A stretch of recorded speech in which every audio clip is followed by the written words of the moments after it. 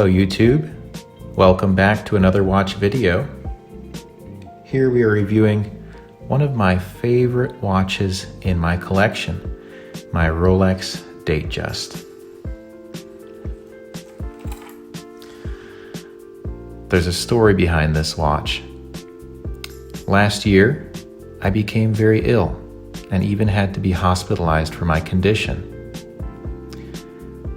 That hospital stay reminded me of my mortality and my ability to get sick or even to pass away. None of us knows when it is our time, and it wasn't my time, thankfully. But I thought about it and I decided to buy a watch to celebrate being alive and being happy and being healthy. And I decided to buy a watch from my birth year. So I searched and it took a while to find this watch.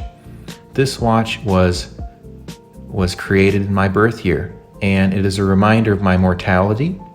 When I walk around, as long as my arm is moving and I'm alive, this watch is moving. As you can see, the movement is moving. It is automatically wound by the kinetic energy given by the movements of my hand and my wrist. So this watch is very special to me, and I'm so happy to have it part of my collection, and it is my pleasure to share this watch review with you all today. So first of all, again, this is a 1988 Rolex Datejust. Incredible, right? It doesn't look like it's from 33 years ago, but here we go. I did purchase this watch online through a reputable watch store named Bob's Watches, which is based out of Atlanta, Georgia. And again, this was not the first Rolex Datejust that I was looking at. I looked through many different Datejusts from a variety of sellers before I decided on this watch. This is not your run-of-the-mill Datejust. Why do I say that? I say that because, again, it has a different look than most of the Datejusts you'll see out there. I will say that the majority of Datejusts don't have a white dial. They have what's called the champagne or gold colored dial. And so this is a little bit different. I wanted something different from everybody else's Datejust.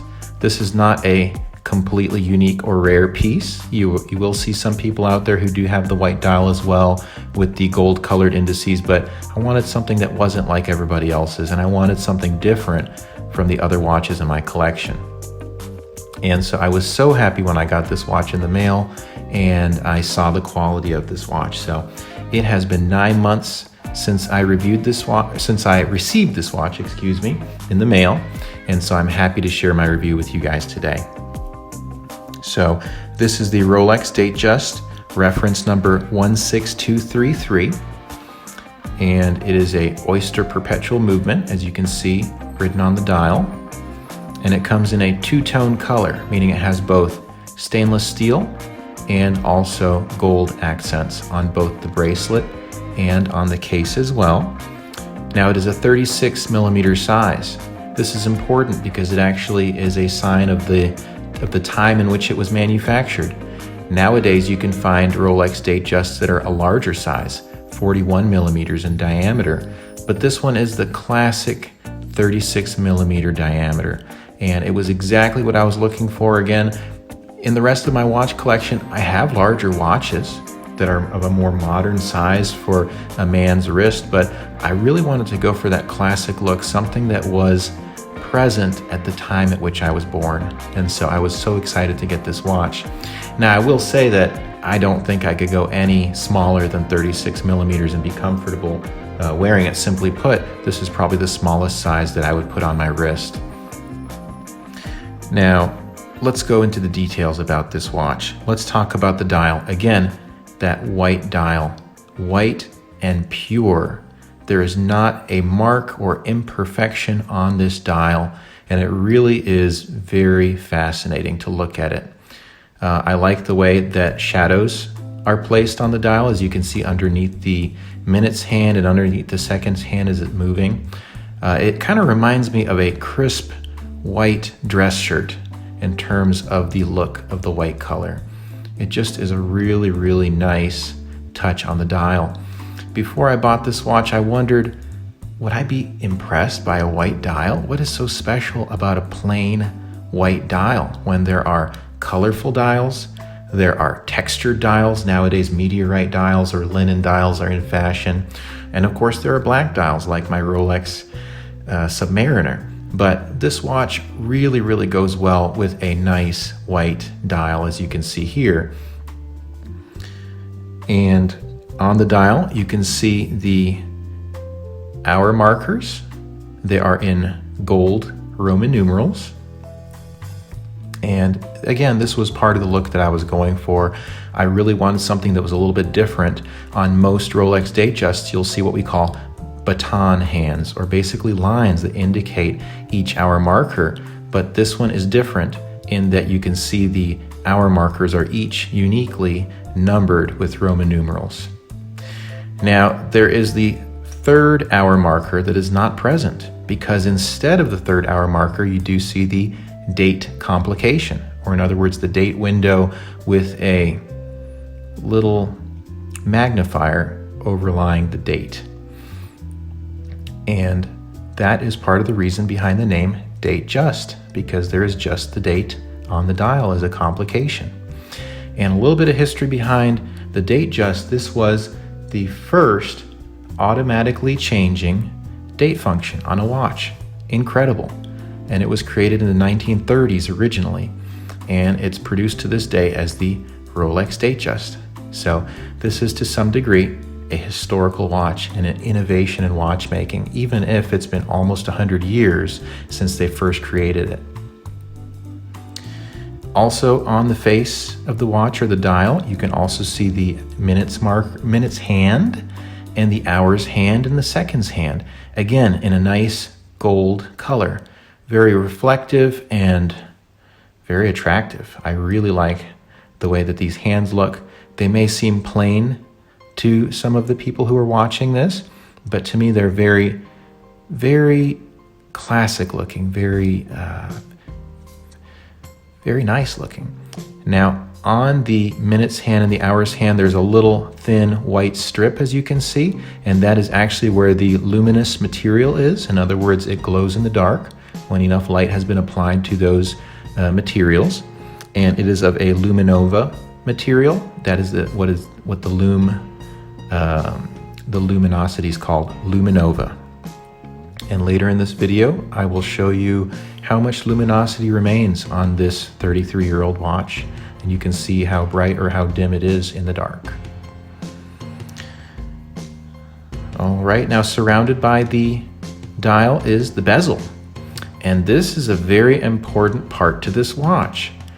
This is what makes the Datejust special amongst the lineup of other watches in Rolex's collection.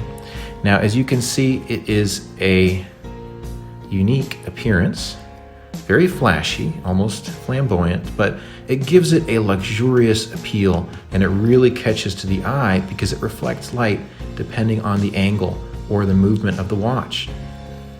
This design is called a fluted bezel. That's just what they called this design.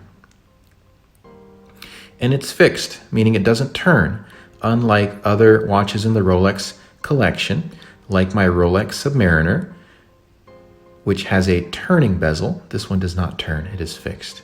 It stays stationary, but as you can see, again, very decorative, very flashy, and it really adds to the luxurious appeal for this watch.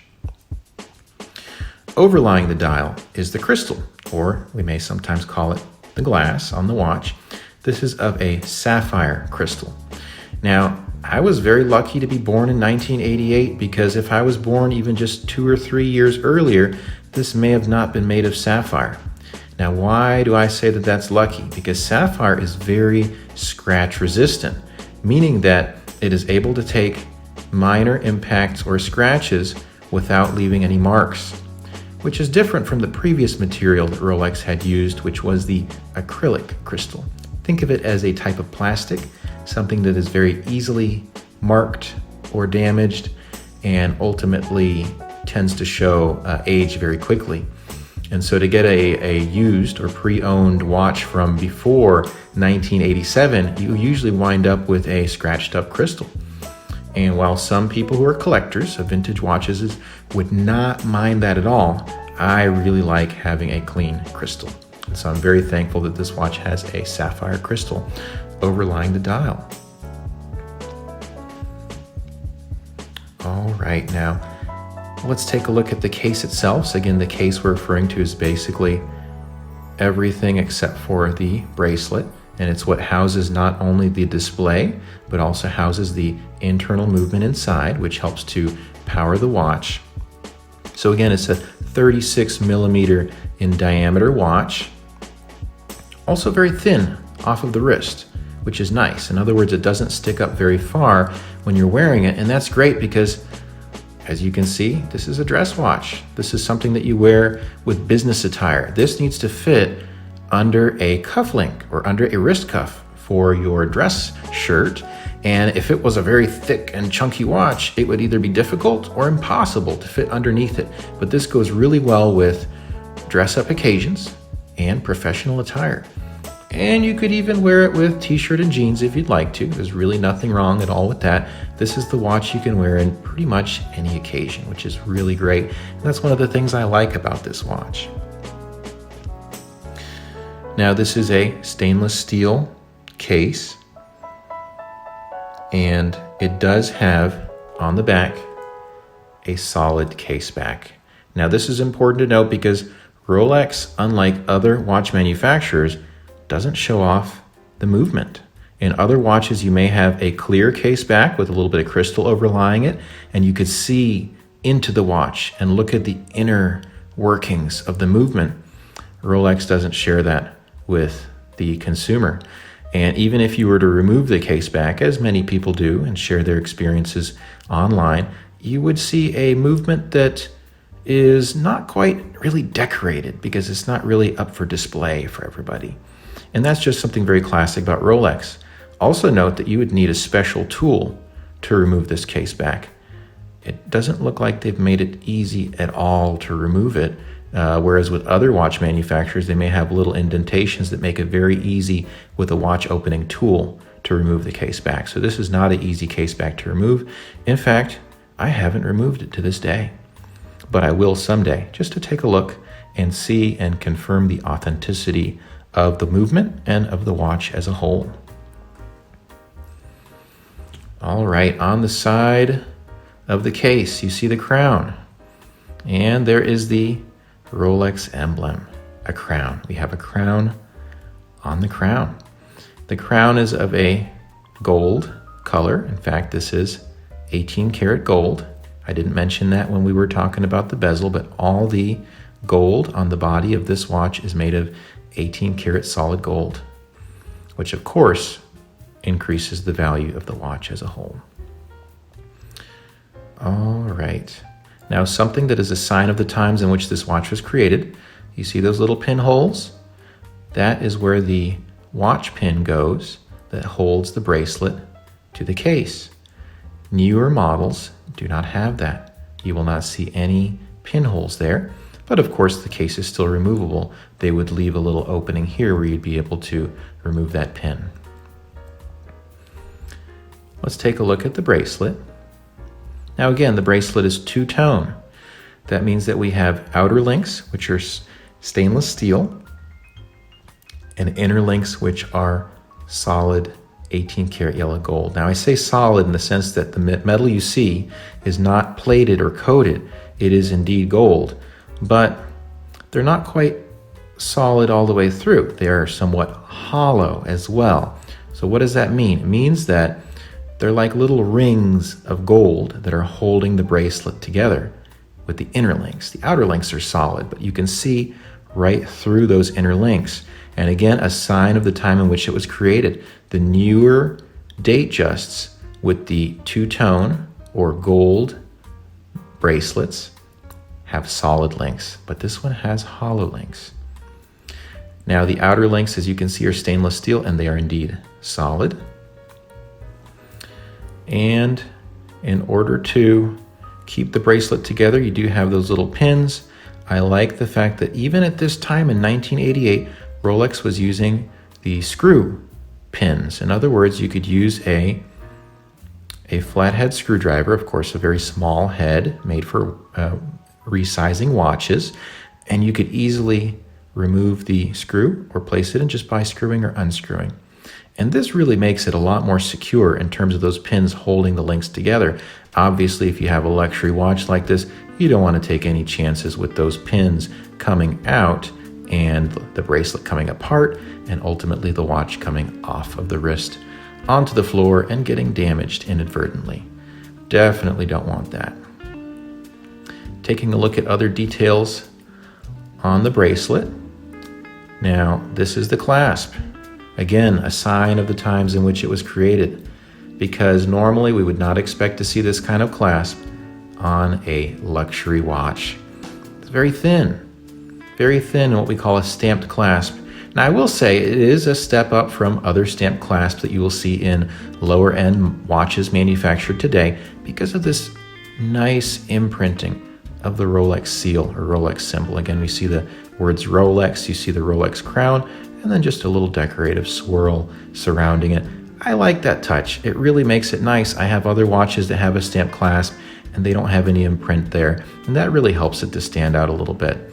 But again, this would be considered in today's world to be kind of a lower end feature, having a stamped clasp instead of a nice solid milled or machined clasp or butterfly clasp or basically other types of clasps that you would see on newer Rolexes and higher end watches. Now, it's a very basic push clasp, push to engage. And on the clasp itself is again the Rolex symbol, the crown. Very simple, basic, yet effective, and holds the bracelet together well, keeps it secure, and also decorates it and lets people know who are looking at this watch, this is a special watch. This is not a regular or average watch.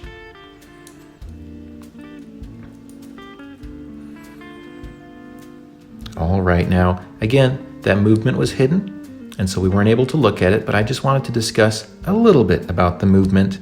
This is an automatic watch.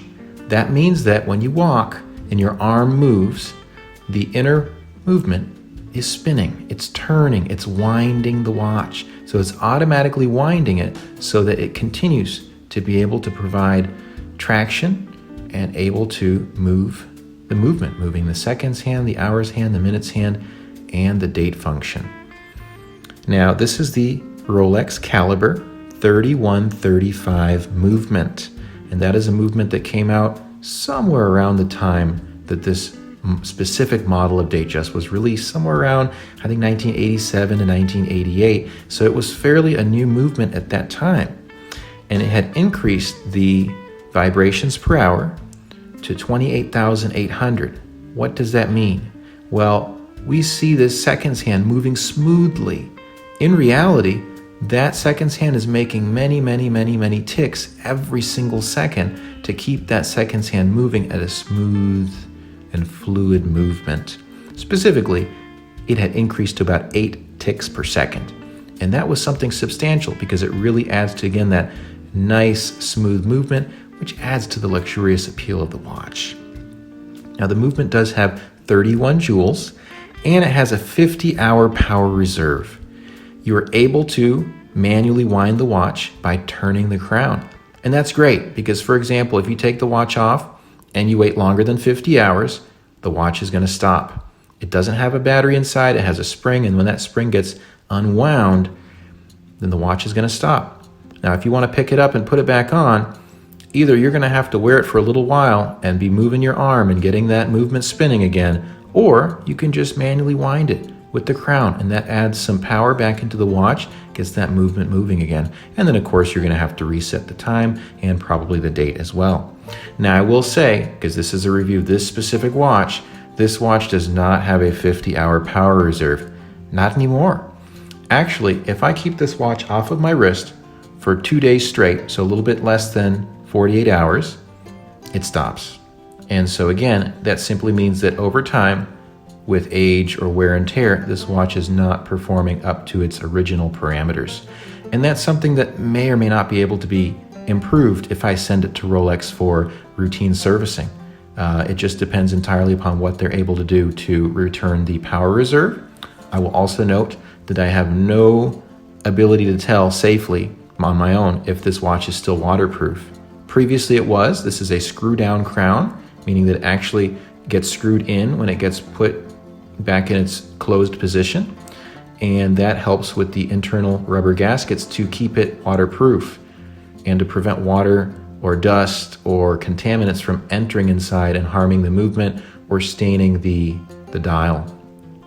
I'm not taking any chances with this watch. It's a wonderful watch and it's okay. I'm not going to swim with this watch. I have no plans to do so, but I still keep it screwed down, of course, to protect it from the elements and to protect it from oxidative damage and other things that can cause harm and discoloration to the watch. And just a little note, in small letters there, you can see it's Swiss made. This is a Swiss made watch made by Rolex in their watchmaking facilities in Switzerland. That just really adds to, again, the understanding that this is a high quality watch. There is some fine workmanship put in this watch, and of course that results in a higher price tag and a higher value that's retained over the years. Rolex is a watch brand that when you buy a Rolex and you take care of it, it tends to grow in value over time. That's a wonderful thing. You can consider it an investment, or you can consider it simply a wonderful quality of the watch that you're enjoying every day. So I'm going to put it on the wrist, which allows us to do our wristwatch check. It really wasn't featured that much in the video, but that's okay. This is my Movado museum watch. Very nice piece in my collection, fairly unique. I heard apparently there is one inside this a museum of this world. I would like to see it there, but it's just a nice dress watch on a leather band. Let's go ahead and swap these out. Let me put this down, and let me go ahead and remove this off of the wrist so we can make room for our Rolex Datejust.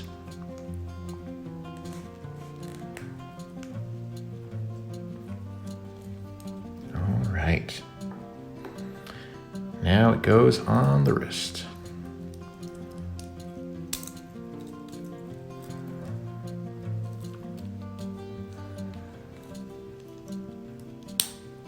And I have a 7-inch wrist. Again, with the 36 millimeter size, you can see it's a classic size. It's not oversized, it's not bulky. It doesn't really poke up much over the wrist, off of the wrist. So it's a really comfortable fit. I will say that the Jubilee bracelet with all these little links that can conform to the shape of the wrist really helps a lot with comfort. The fact that they have hollow end links and also hollow center links also reduces the weight to some degree so that the bracelet's not as heavy, and ultimately it means that the watch is not as heavy as a whole.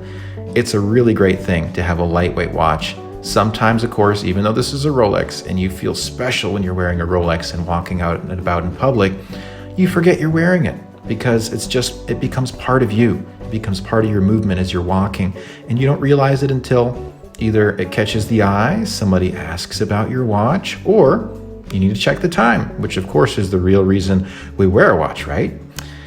Okay. Again, I love this watch. I'm so happy to share this with you guys today. If you like this video, please hit the like button. And of course, always please subscribe to my channel. I really like for you guys to follow in my journey as I share my watches with you. You get to see watches as I unbox them. You get to see watches as I share special features and reviews with you. And then these more long-term reviews. Again, I got this watch 9 months ago. And so I've definitely had my share of experiences so far, and I will continue to have these experiences with this watch that is as old as I am.